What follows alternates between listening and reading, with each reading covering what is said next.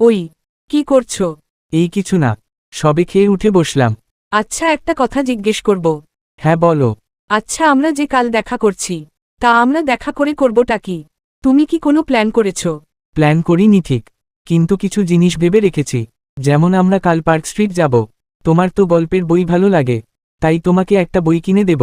তারপর দুপুরে বিরিয়ানি খাবো। আর শুনেছি ওখানে তান্দুরি চা পাওয়া যায়, কাল ওটাও ট্রাই করে দেখব। আর আমরা না ওখানে অনেক ফটো তুলব।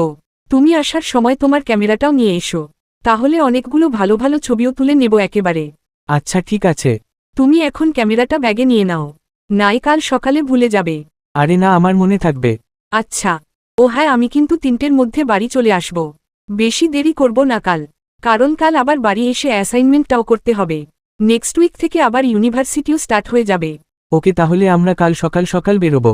তুমি কিন্তু রেডি হয়ে থেকো, আগের দিনের মতো দেরি করো না আবার। আগের দিন আমি কোথায় দেরি করলাম? আরে তোমার মনে নেই, আমি তোমার জন্য দাঁড়িয়েছিলাম পুরো 30 মিনিট ধরে। তারপর তুমি আসলে, আর তারপর আমরা মুভি অর্ধেকের সময় থিয়েটারে ঢুকলাম। আরে তোমার মনে নেই? হ্যাঁ মনে আছে, কিন্তু এতে আমার কোনো দোষ নেই। তুমি যদি অত সকালের টিকিট নাও, তাহলে আমি রেডি হব কখন?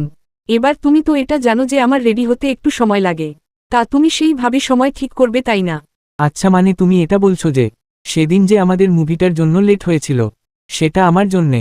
হ্যাঁ অবশ্যই তোমার জন্যে। মানে তুমি যে 30 মিনিট লেট করলে তাতে কিছু হলো না?